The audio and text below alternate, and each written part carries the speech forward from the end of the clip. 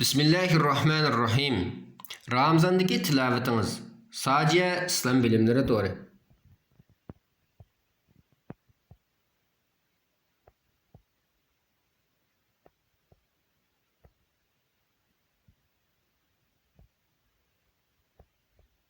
Ramazan oyi Qur'on Karim bilan qo'sh kezakdir. Chunki bu oyda u ulug' kitob nozil qilingan. Alloh taolo mundaq deydi: Ramazan oyida Qur'on nozil bo'lishga boshladi. Ramazanning Qur'on Karim bilan birlikda zikr qilinishi ro'zaning uning farz qilinganligi bilan munosabatlikdir. Ro'za Qur'on Karimdan yeyilgan ilohiy nurlarni ko'rishdan to'sib qo'yadigan insoniy aloqalarni yo'qotadigan eng kuchli vositadir. Shunglashqa ro'za tutish bilan Qur'on Karimning nozil bo'lishi orasidagi munosabat nihoyat katta. Ramazan Qur'on Karimning tushirilishi bilan ulug'langan bir oy bo'lganlikdan ro'za tutishga xos qilinishi eng muvofiq edi. Chunki insonning Alloh taolo Qur'on Karimni nozil qilgan hidoyatga uchrash uchun eng munosib holati ro'zalar holatidir. Qur'on Karim Ramazanning farzligini bayon qilib, Ramazan sizlarga farz qilindi degandan keyinla uning Ramazanning nozil bo'lganligini eskartdi. Ramazan oyida Qur'on nozil bo'lishga boshladi. Bundaq kelishi Ramazan oyida ro'za tutishning maxsus Qur'on Karim uchun ekanligidandir. Ayet kerimler sizge şunu his qildirdiki, ro'za tutishning eng buyuk maqsadlaridan biri fikr yo'limizni Qur'onni yaxshi tushunadigan darajada saqlashtirish. Buningdan Ramazan oyining va ro'za tutishning Qur'on Karim uchun ekanligini tushunishga bo'ladi. Shunga bu oyning Qur'on oyi deb atalishi ajablanarli emasdir. Bizning ilgirki salaf solihlar bu ma'noni va uning mohiyatini nihoyat yaxshi tushungan. Ramazan oyining eng chong vazifasining Qur'on Karimga ko'ngil bo'lish, Qur'on Karim bilan kechalari qiyam turish va Qur'on Karim uchun zehnlarni bo'shatish maqsadida ro'za tutish ekanligi bilingan edi.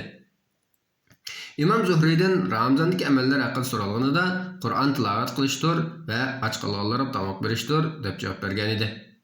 Abdurrazzaq naql qilib bunday deydi: İmam Sufyan Sevri Ramazan oyi kirganda vojib ibodatlardan boshqa butun ibodatlarni tark etib Qur'on tilovat qilishga yuzlanadi. İbn Abdulakam rivoyat qilib bunday deydi: İmam Malik Ramazan oyi kirgan vaqtda ilm so'rovlaridan uzoqlashib Qur'on tilovatiga yuzlanadi. Ramazandagi va boshqa vaqtlardagi Qur'on tilovati haqida gap qilgan vaqtimizda Qur'on Karimni tilovat qilishdagi asosiy maqsadning Allohning kalomini tushunish va tafakkur qilish ekanligini esimizdan chiqarmasligimiz kerak. Shuning uchun Imom Ibn Qayyim Qur'on Karimni tushunib tilovat qilishni Allohning muhabbatini qo'lga keltirishdagi 10 sababning birinchisi qildi. Qur'on Karimni tafakkur bilan o'qish, ma'nilarini va maqsadini tushunish, xuddi bir qulning egasining o'zidan nimani murod qilganligini bilish uchun uningga berilgan ko'rsatma kitobini yodlashi, tafakkur qilib o'qishi va sharhlashiga o'xshashdir. Hasan ibn Ali radhiyallohu anhuma bunday degan: Sizlardan ilgirkilar Qur'on Karimni Alloh taolodan kelgan bir maktub deb qarab, kechalari tafakkur qilib o'qib, kunduzlari hayotga tatbiqlaydi. Imom Ibn Javzi bunday deydi: Qur'on Karimni tilovat qilgan kishi Alloh taoloning uning so'zlarining ma'nolarini zehnlarga ulashtirish uchun naqadar injiqlik bilan yaratganligiga qarasunki, o'qiyotgan kitobning insonning so'zi emasligini bilsin. Qalbida Alloh taoloning ulug'ligini his qilib, uning kalomini tafakkur qilib o'qisin. Barliq minnat, tashakkurlar Allohga xosdir. Chunki u bizdek ojiz maxluqlarga u zotga munojat qilish, kitob haqida izlanish va ma'nilarini tushunishimizga ruxsat qilgan. İbn Salah mundaq deydi: Qur'on Karimni o'qish Alloh taolo insonlarni aziz qilib bergan bir imtiyozdir. Malaikalarning uning nisb qilinganligi va Qur'on Karimni insonlardan anglashga erishmanligi rivoyat qilingan. Alloh taolo bandalarga ne'matlarni ato qilg'uchidir. Buning jumlasidan Rabbimizga munojat qilishga va kitobni tafakkur qilishga ruxsat qilishi va uning qo'shib ulug' maqomlarni berishidir. Alloh taolo mundaq deydi: Şübhəsizki Allah'ın kitabını tilovat qilib turdiganlar, namozni ado qildiganlar kasat bo'lmaydigan tijoratni umid qiladi. Biz rizq qilib bergan narsalarni Allohning roziligi uchun yo'shirun va oshkora sarf qiladigan kishilarga Allohning ajrlarini to'liq beradi va marhamatidan ularga oshirib beradi. Alloh haqiqatan mag'firat qiluvchidir, oz yaxshilikqa ko'p savob berguchidir. Şübhəsizki Alloh taolo o'zining kitobini tilovat qilgan va uning amal qilgan kishilarni tanlab, o'zining ahli va xos kishilari qiladi. Bu vaqtda payg'ambar alayhissalom bunday degan: Şübhəsizki insonlar ichida Allohning ahli bordir. Ey Allohning rasuli, ular kim deb so'raldi. Payg'ambar alayhissalom Qur'on ahli ular Allohning ahli va xos kishilaridir deb javob berdi. Ahmiyet berişingizge tegishliki rozlar qarindishim, Ramazanda Qur'on tilovat qilish va o'rganish. Bu sizning Qur'on bilan bo'lgan aloqangizni to'g'rilashning boshlanishi bo'lsin.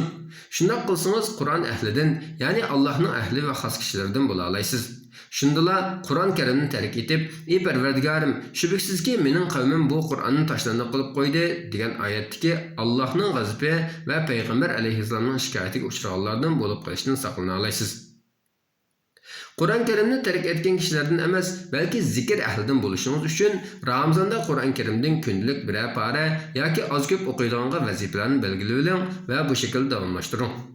Qur'on Karimni kunda o'qish uchun vazifa belgilash zamonimizda tark etilgan bo'lsa-mu, sunnat edi. Avam xalqlar emas, da'vatchilar va dindor kishilar tartibidanmi tashnib qolyotdi. Salaf solihlar Qur'on Karimdan har kuni muayyan miqdorni o'qishni muqim qilib belgilab, shu bo'yicha davom qilardi. Kundalik o'qiydigan Qur'on Karimning miqdorini yezib yoki wird yoki juz deb ataydi. Ular Qur'on Karimni har oyda bir qatim yoki har haftada bir qatim va yoki 3 kunda bir qatim tamom qilishga odatlangan edi. Bu haqda sahih hadislar bordir. Masalan, payg'ambar alayhissalom shunday degan: "Kimki kechada o'qiydigan Qur'on vazifasining hammini yoki bir qismini o'qib bo'la olmay uxlab qolgan bo'lsa, bomdod bilan peshinning orasida to'liqlab o'qib olsa, u kishi uchun kechada o'qigandek ajr mukofot yoziladi." Sahoba kiramlarmi Qur'on Karimni bo'lib o'qishda payg'ambar alayhissalomga ergashatdi. Payg'ambar alayhissalom Saqif qabilasidan bo'lgan bir turkum kishilarni o'zining chadorida kutib olgan edi. Xufton namozidan keyin har kuni ularning yoniga kelib hadis so'zlab beradi. Bir kuni payg'ambar alayhissalom kechikib qoldi.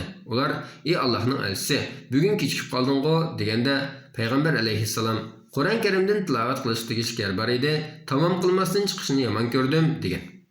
Hadisning ravisi Avs ibn Uzayfa mundaq deydi: "Men payg'ambar alayhissalomning sahobalaridan Qur'on Karimni qandoq bo'lib o'qiytinglar deb so'radim.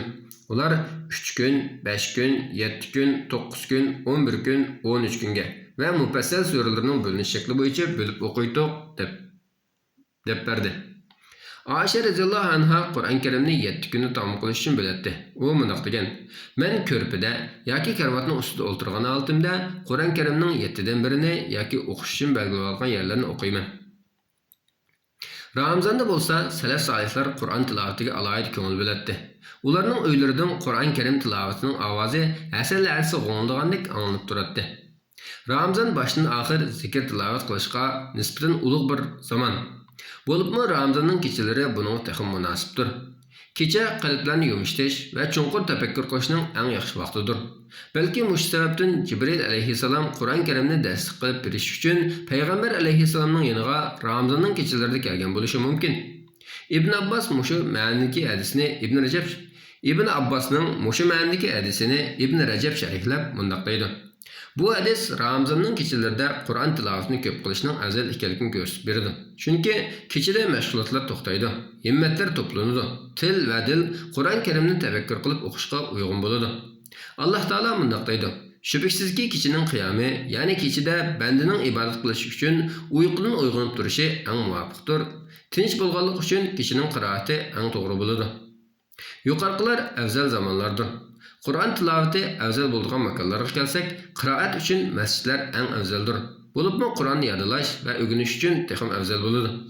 Payg'ambar alayhissalom shunday deydi: "Kishilar Allohning uylaridan bir uyga, masjidga to'planib, Allohning kitobini tilovat qilsa va o'zaro o'rgansa, ularga xotirjamlik va rahmat tushadi. Farishtalar ularni qo'rishib oladi. Alloh taolo ularni yendikilarga aytib beradi. Ey Allah, Qur'on Karimning ko'ngillarımızın bahari, qalblarimizning nuri va g'am qayg'ularimizni ko'tarayotgich qilib basla. Uningdan unutilganlarimizni eslatib qo'ysizlar, bilmaganlarimizni bildirib qo'ysizlar. Qur'on Karimni kech kunduz sizlar bizdan rozi bo'lgan shaklda tilovat qilinglar nasib qilsizlar. Amin. Manba Ramazonning ruhi va uning ma'nosi nomli kitob. Tarjimada Muhammad Tursun Yusuf.